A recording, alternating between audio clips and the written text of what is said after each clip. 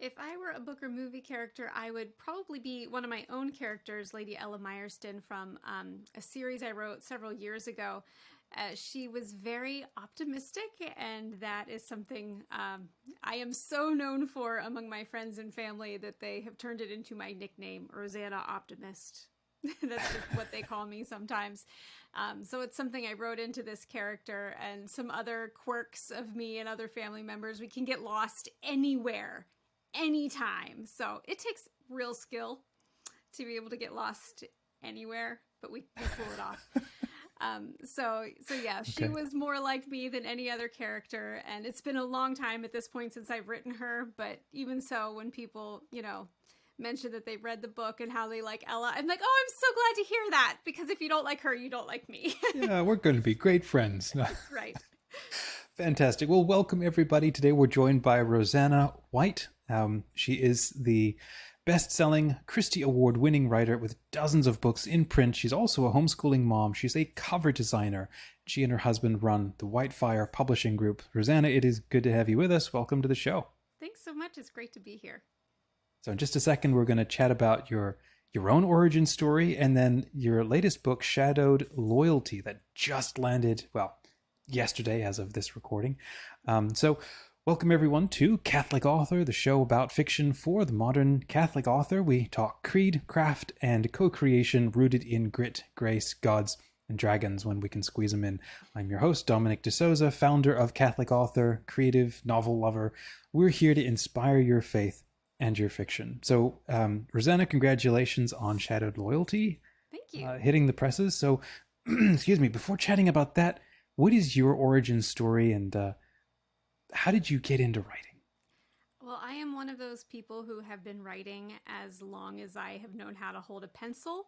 I still remember, very first assignment in first grade of write a short story, which had to be like 3 sentences, like the really short stories.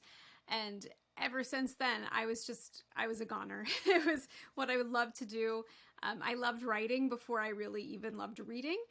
And it was always a passion. I always knew I wanted to write books, novels. Mm-hmm. When I was in primary school and people asked me what I wanted to be, I would have another answer too, because I didn't honestly realize you could just write books for a living. So I would say, I want to be a teacher and a novelist, or an archaeologist and a novelist. And eventually I went, who am I fooling? I just want to be a novelist. So I decided I would go all in and pursue the writing and also learning about the publishing industry. And I have managed to make my entire life revolve around books. So pretty happy over here. That's awesome. You mentioned archaeology. Was that just for the fun of it, or did you actually have an interest in archaeology? I did actually have an interest. I love history. So the discovery of history has always been really exciting for me. I am not an archaeologist, but I still watch a lot of documentaries and television shows about archaeology. And I love that discovery of history. So I write historicals almost entirely. So I almost view it as I'm uncovering history for people. So I don't get my hands dirty. That's okay. How, well, why don't we talk about Shadowed Loyalty? And then before that, could you paint a picture for us? Is there an era of history that you keep coming back to that most of your novels are in, or do you write across the gamut? What are your historical interests there?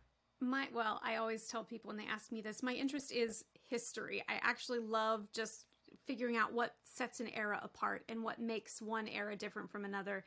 What's the new technology in 1750 or 1850 or 1950? So I have written I have some ancient biblical works, Old Testament, all the way up to a few contemporaries, which are strange. But most of my books these days are set in England between 1900 and 1918, so Edwardian through World War I. And that's largely because I got a contract with Bethany House Publishers for an Edwardian series, the one with Lady Ella, and they just want me to keep going back to it. So that's fine. I get to really dig deep and learn about some of the very interesting and, small details of an era at this point. I'm on, book 12 in this era or something. So. Wow. What's something that unexpected that you learned in your research that you never thought was a thing, and it just surprised you, and perhaps you incorporated it into one of them. I think there's probably one of those for each book. Okay. So, I mean, everything from learning that in the opening days of World War One, there was a symphony orchestra made up of Belgian refugees raising money to send back home. And the role of the arts in World War One was something that was just so interesting. I had to incorporate it into a whole series. They were recruiting novelists to put propaganda in their novels. So, of course, that interested me. I was like, whoa, really? Yeah.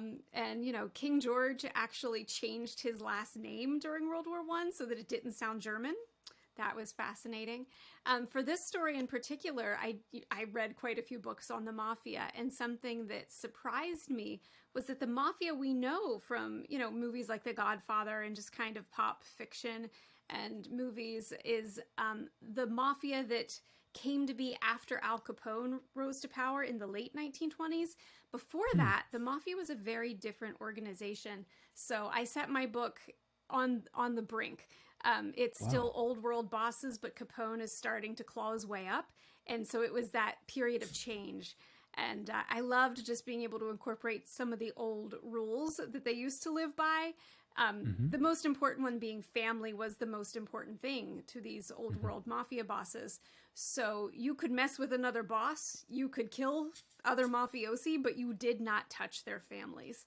And Capone just blew that out of the water. Wow. I have obviously not watched or read enough mafiosi stuff, like you've mentioned. A couple of shows, and some of them are just like gripping. But well, why don't we just go there? What is Shadowed Loyalty about? And Loyalty yeah, is about the daughter of a fictional mob boss, Manny, Giorgiano Mancari. And so I kind of wanted to come at this story of, you know, what if there's your kind of traditional setup of a government agent using a girl to try to get to her criminal father, but the agent isn't the good guy. And he's not necessarily a bad guy, but the good guy is definitely the girl, Sabina, and her fiance, Lorenzo, who is actually also in a mafia family, but wanted out. So he's pursuing a career in the law and is a man of deep faith. And so I just thought it would be so much fun to explore this world through the lens of just a girl who loves her father, but is just beginning to realize what he is and what he does to provide for them. And how do you reconcile that? How do you reconcile the love you feel for family with the realization of the sins that they refuse to let go of? that sounds okay. Light, easy stuff. I'm kind of at a loss for words here. I just need to think about that for a second. Wow. What inspired that? Like, where did that come from? Like, it's such a shift in, you know, you mentioned being more Edwardian and so on. And then going into this, I imagine you needed some downtime, a bunch of research, or was it a character that just kind of blew you away that you had to explore? Well, I mean, interestingly, I actually came up with this story 14 years ago and wrote the first draft when my son, who is now 14, was a baby in a bouncy chair. So that tells you how long ago it was. So it was before I had written any of this other stuff. And I have always loved the idea of saying, you think you know somebody, or you think you know this stereotype of a person, right? Well, what if we flip it on its head a little bit? So, you know, let's get to know these people we brand as criminals. And on the other hand, let's get to know the innocents who are kind of just tagged, you know, pulled along with them. So it is actually themes like this I do incorporate into many of my lighter books, just usually a little more tangentially.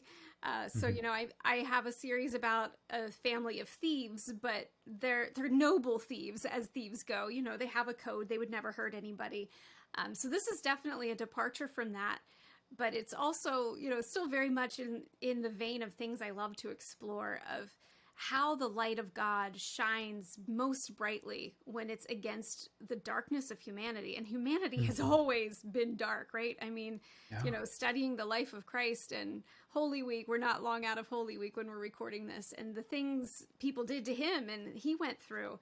It's like, you know, this is who we have always been. We have always been willing to sell people out and kill them for money. And we've always been willing to, trade our own souls for what we perceive as gain in the physical world. The mafia just kind of made it a career. So, I always just want to see the people behind this, though. So that's what I decided to do with Sabina and Lorenzo in this story.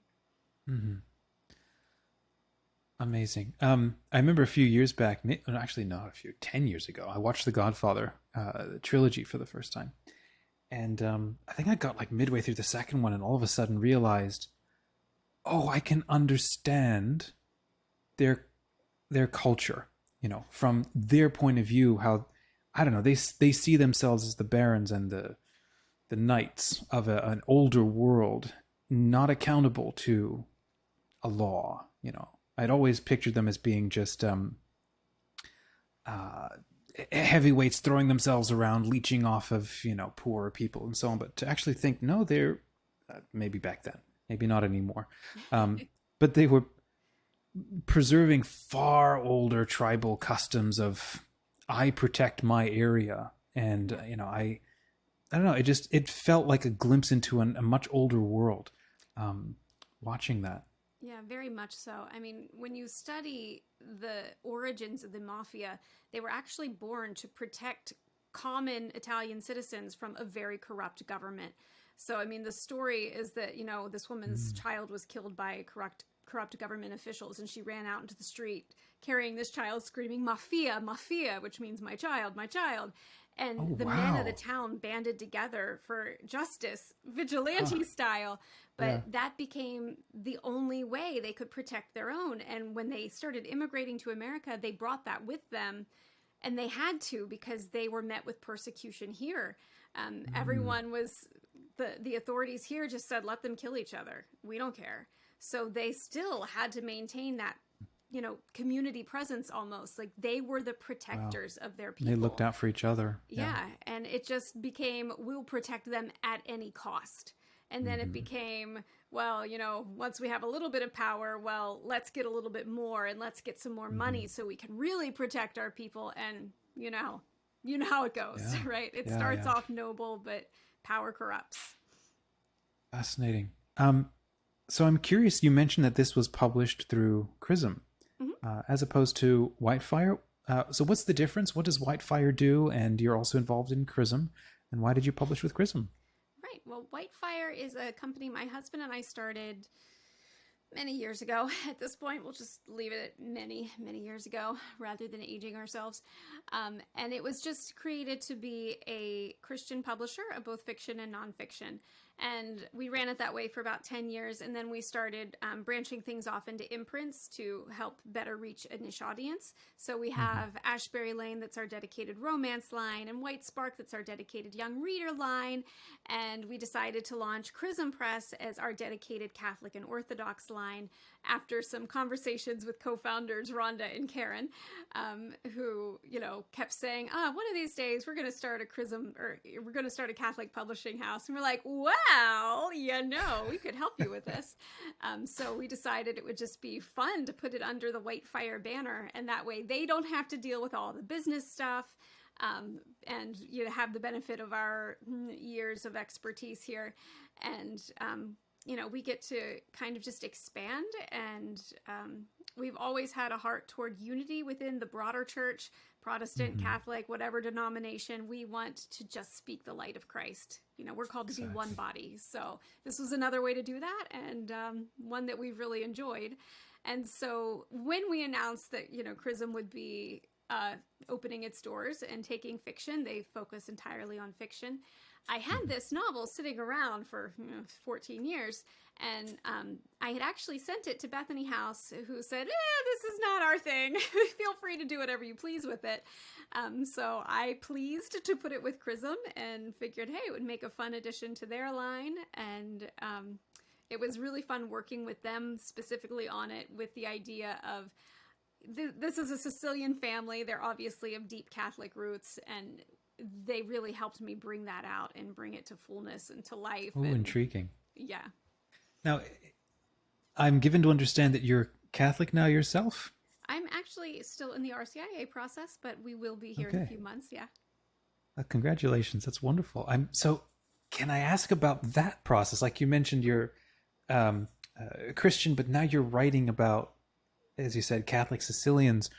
What was that like for you, getting into not only a different culture, but maybe a different sort of religious headspace? Or was that a challenging or? It was. When I read the original manuscript, the first draft from 14 years ago, to like today, I just laughed because I was like, oh my goodness, I knew nothing, nothing about Catholicism. Okay.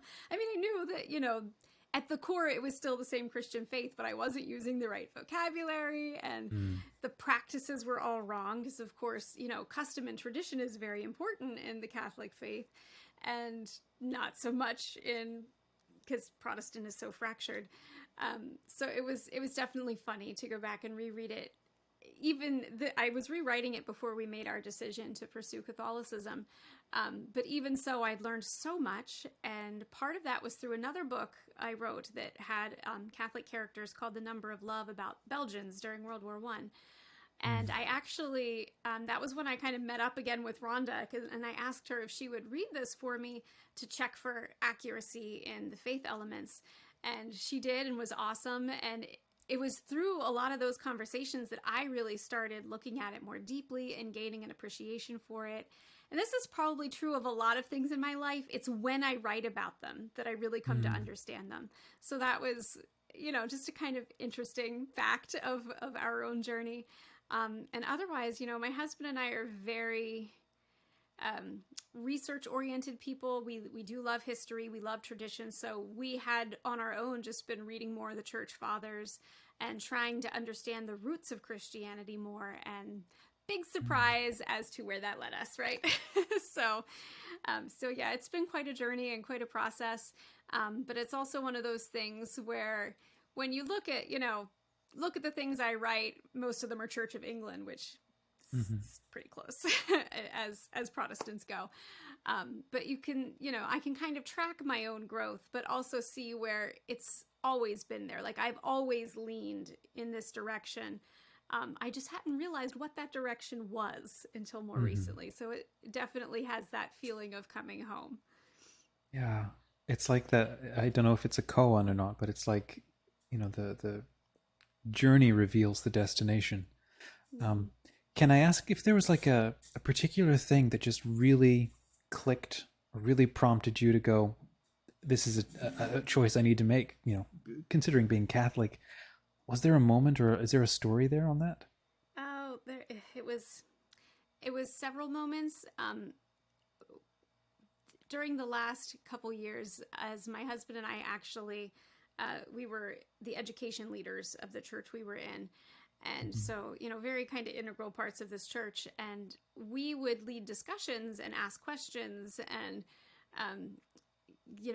try to better understand different elements of the faith. And we would often just get these blank looks from people when we would, try to pinpoint something. And it was like, we're obviously not fitting in here anymore.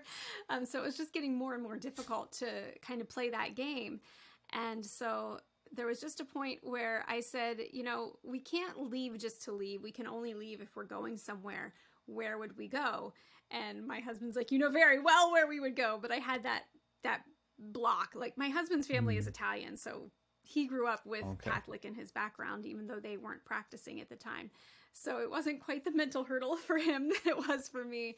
But I just kind of came to this realization that if unity in the greater church is something I desire, you can't be unified and scattered. So you have to have a place to rally back to.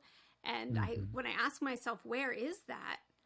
There was only one answer, and that was the church that hasn't really changed since the dawn of the church. So there was just a weekend. It was actually the weekend of my daughter's birthday last year, and my husband and I took a lot of long walks through the beautiful autumn and said, I think this is what we have to do. And as soon as we made that decision, it was just like this flood of not only peace, but joy filled us. Wow. And unlike anything we have ever experienced. And it only takes talking about it for it to come bubbling back up. So definitely something that, we knew that this was what God wanted us to do and where he wanted us to be. Wow.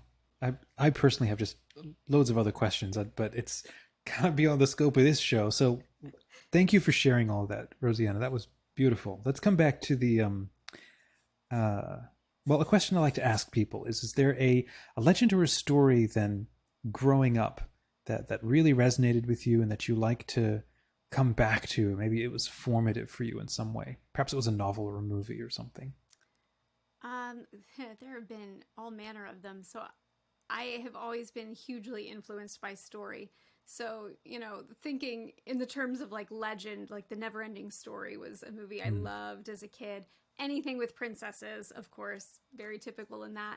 And then when it comes to just novels, there were again several. There was Ellen Montgomery's Emily series, which is about a writer. Emily's a writer, and it kind of follows her journey. And so, of course, I connected deeply with that as a child. And then C.S. Lewis's Chronicles of Narnia, but in particular, The Last Battle.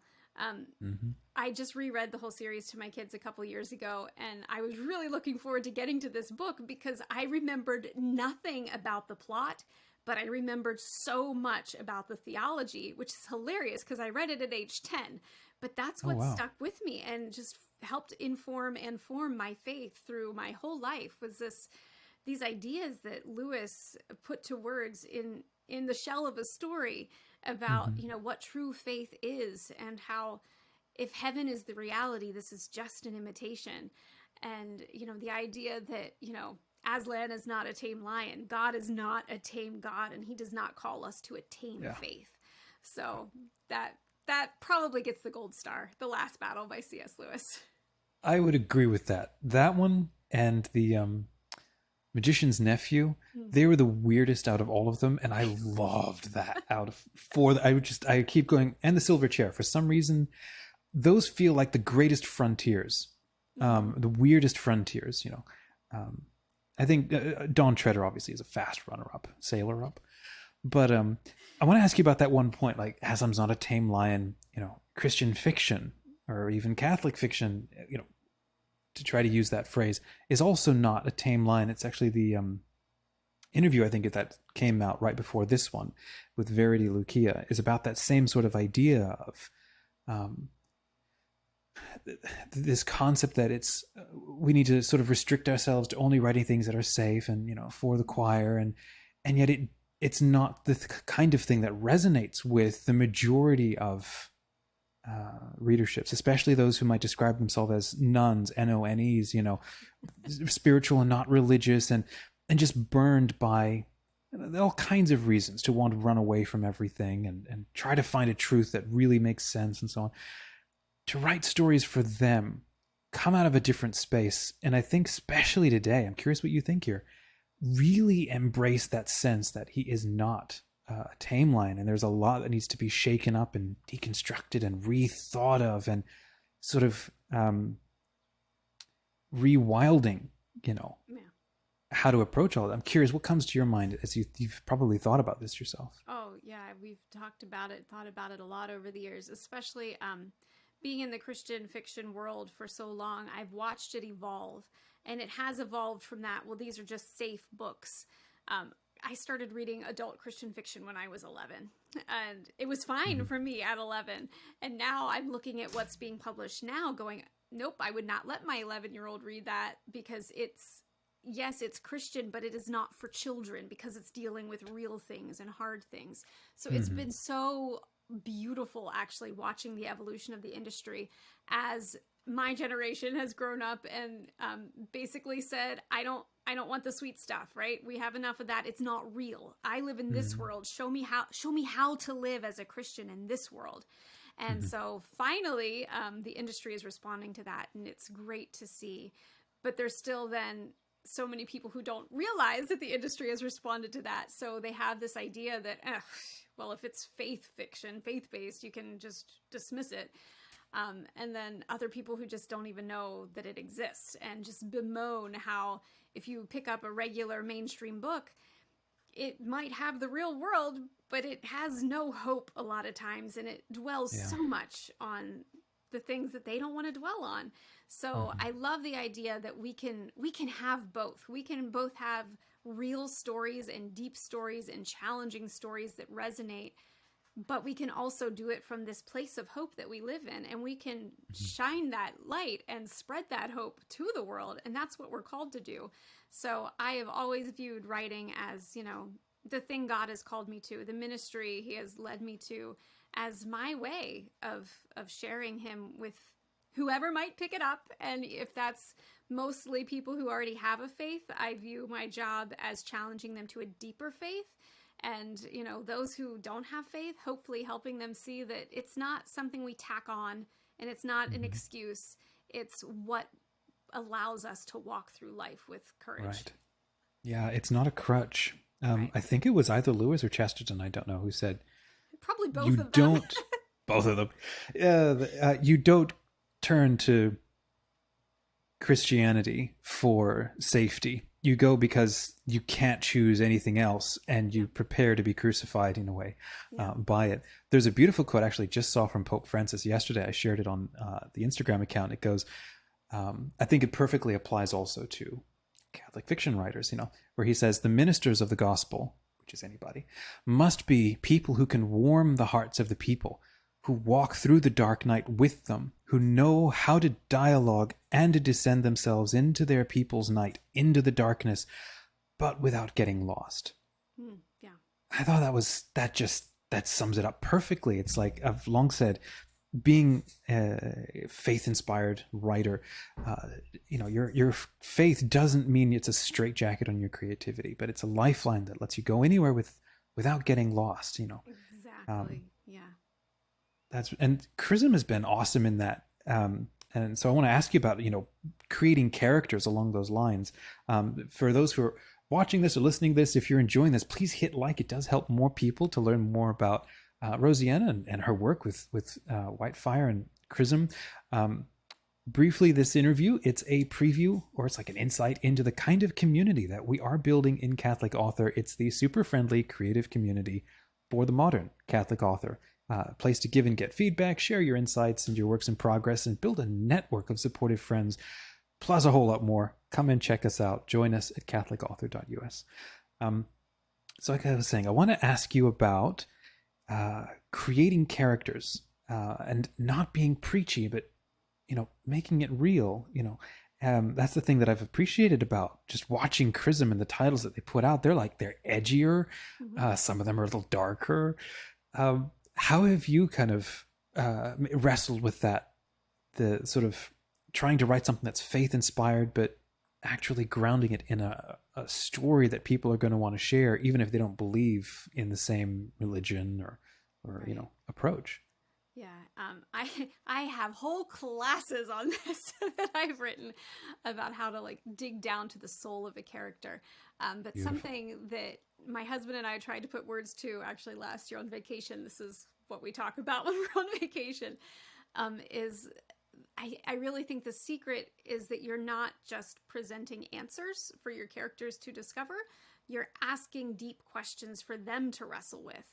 And often, you know, I don't know what the answer is when I introduce it. I just explore it and know that if I'm exploring it through the eyes of faith, what we're going to, the journey we're going to be on is one that God is guiding.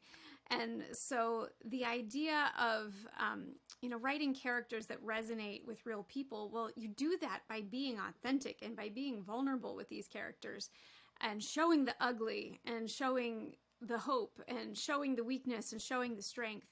And I think often when a book comes off as flat, or when the characters come off as flat or preachy, it's because you're not going down deep enough. You're just staying at this one surface level and trying to hit your talking points, right? Like they're just they're just saying the canned answers that you've already come up with, and that never rings true. So instead, you know, figure out what gifts they have been giving, which ones they might be misusing, and where are they not being obedient? What are they not listening to? And what are they listening to?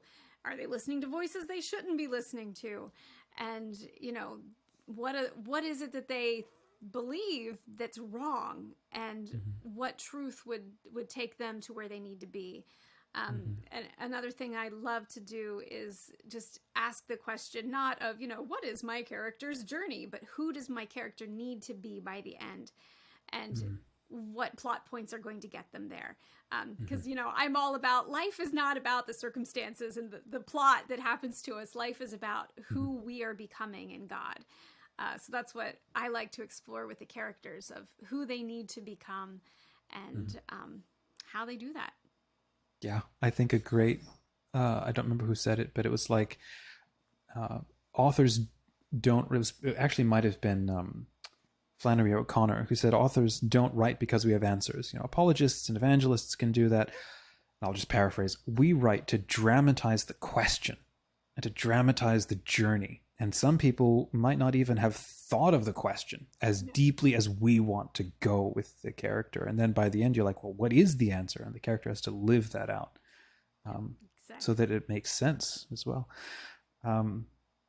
So you mentioned classes. Do you offer classes? They're available online somewhere for people to go more deeply into what you just mentioned? Yep. Yeah, I've been teaching at writers' conferences for about a decade. So I had my list of classes already prepared. And when COVID shut everything down, I was like, why don't I just record them and put them online so they can be found on my website? I have a classes and workshops tab, and I think there's about 20 of them up right now. So fantastic. Yep, take your pick. And we'll, for the sake of it, what's the name of the website? And we'll come back to it in a minute as well. Sure. It's RoseannaMWhite.com. There we go. So that's where people can check out courses. Your writing process. So how do you make it work for you?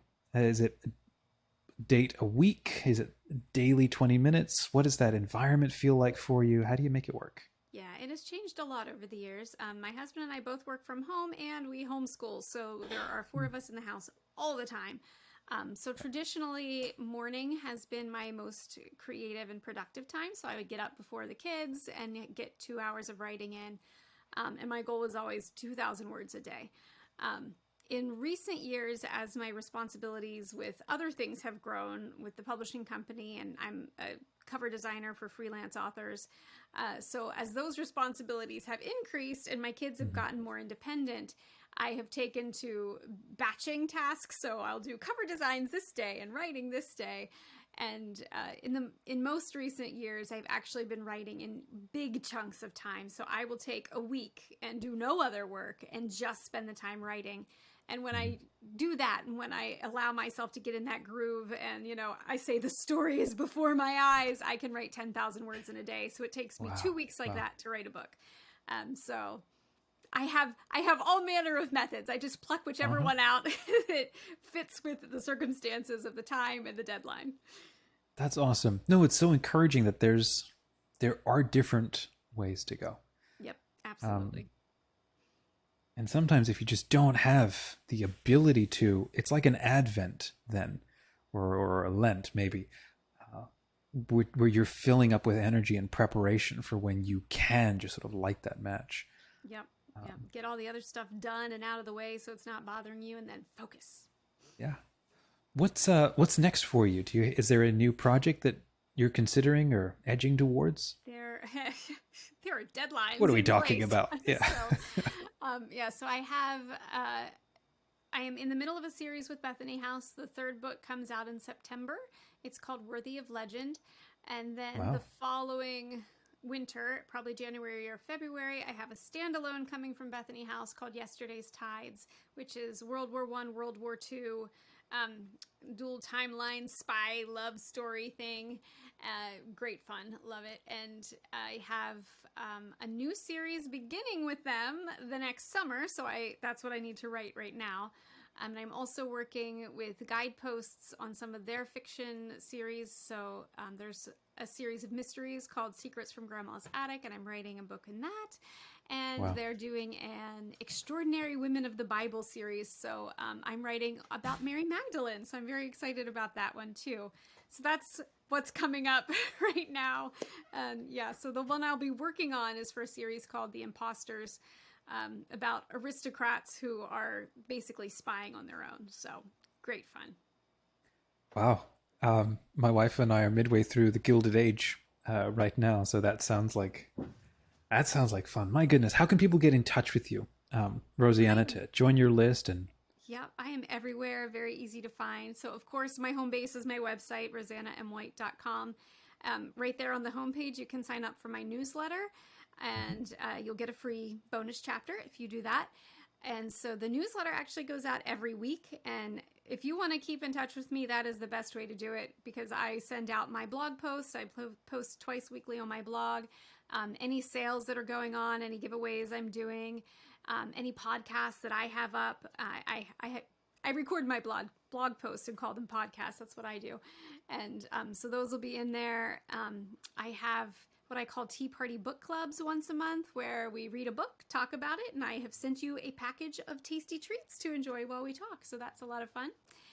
And you can find me on all social media sites at Roseanna M. White. Check the show notes. They can jump on over to your website and learn more about signing up for all of that. Lastly, my favorite part of every interview is if you had 1 minute to share a message of encouragement to other faith-inspired fiction writers, other Catholic authors. What would you want to share with them? First of all, I totally steal this from my best friend who writes for teens, but twofold. First, your journey is no one else's. We always want to compare ourselves to authors we admire. We want our road to publication to look like theirs, and it never does. Our path is going to be unique, and we just have to trust that our path is progressing at the rate at which God wants it to, and that every step along the way is to prepare us, which leads into the second point, which is, if this is your dream, you have to respect it enough to put in the time and put in the effort, even when it seems like nothing's happening. Remember how long people go to school and work to become doctors or lawyers or engineers. Does your dream deserve any less? So just know that it is going to take years to get to the point where you're really ready for publication, and that is exactly as it should be.